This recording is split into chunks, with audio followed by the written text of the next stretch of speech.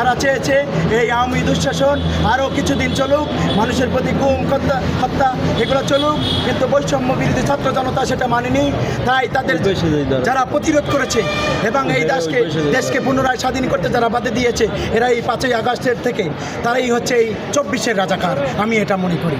তাই আমার যুক্তি এখানে, যারা দেশ বিরোধী কাজ করেছে তারা 71-এ যদি রাজাকার হয়ে থাকে, তবে 5ই আগস্টের যারা বিরোধী করছে তারাও রাজাকার।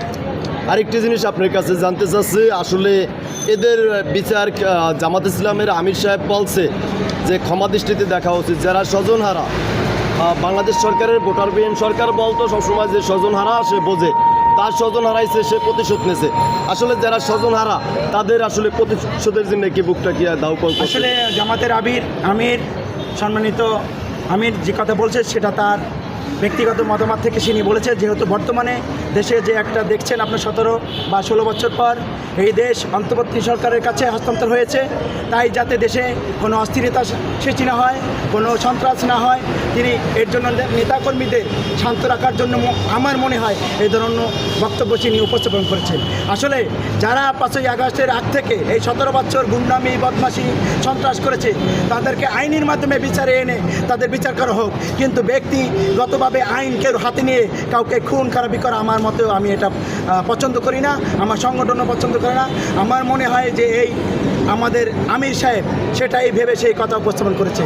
তবে আমি চাই আগামী দিনগুলোয় এই যারা স্বজনহারা হয়েছে, যাদের মাল গেছে তাদের ইমান যায়, একটা কথা আছে, তাই তারা তো বিচার চাবি, সেটা আইনের মাধ্যমে হোক, তাদের ফাঁসি হোক, এটা আমি ব্যক্ত করছি।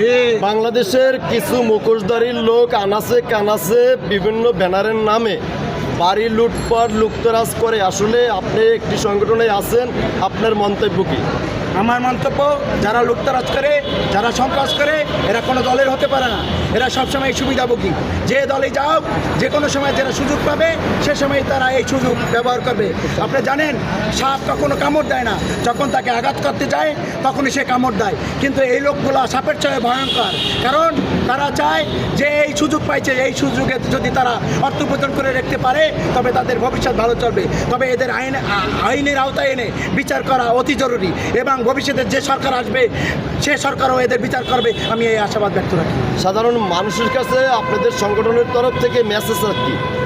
আমার সাধারণ জনগণের কাছে আমাদের সংগঠনের পক্ষ থেকে মূল মেসেজ হচ্ছে, আমার 1 নম্বর দাবি দেখবেন,